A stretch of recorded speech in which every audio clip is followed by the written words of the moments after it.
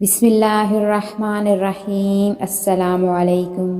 حاصل خاص وظیفہ برائے حاجت بعد از نماز عشاء وقت اور جگہ کی پابندی کے ساتھ اول 2 رکعت نماز حاجت اس طرح پڑھیں کہ پہلی رکعت میں سورہ فاتحہ کے بعد سورہ کافرون اور دوسری رکعت میں سورہ فاتحہ کے بعد 1 مرتبہ سورہ اخلاص پڑھیں۔ سلام کے بعد رخ قبلے کی طرف کر کے اول اور آخر 11 بار درود شریف ابراہیمی پڑھیں۔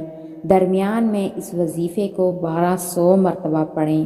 وظیفے کے درمیان جو مقصد ہو وہ خوب ذہن میں رکھیں۔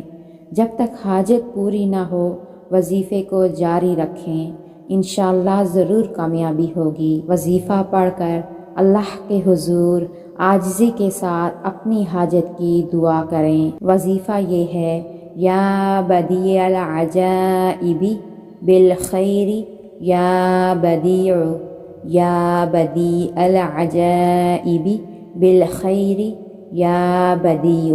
اللہ پاک سے دعا ہے کہ اللہ پاک ہم سب کو عمل کرنے کی توفیق عطا فرمائے۔ آمین۔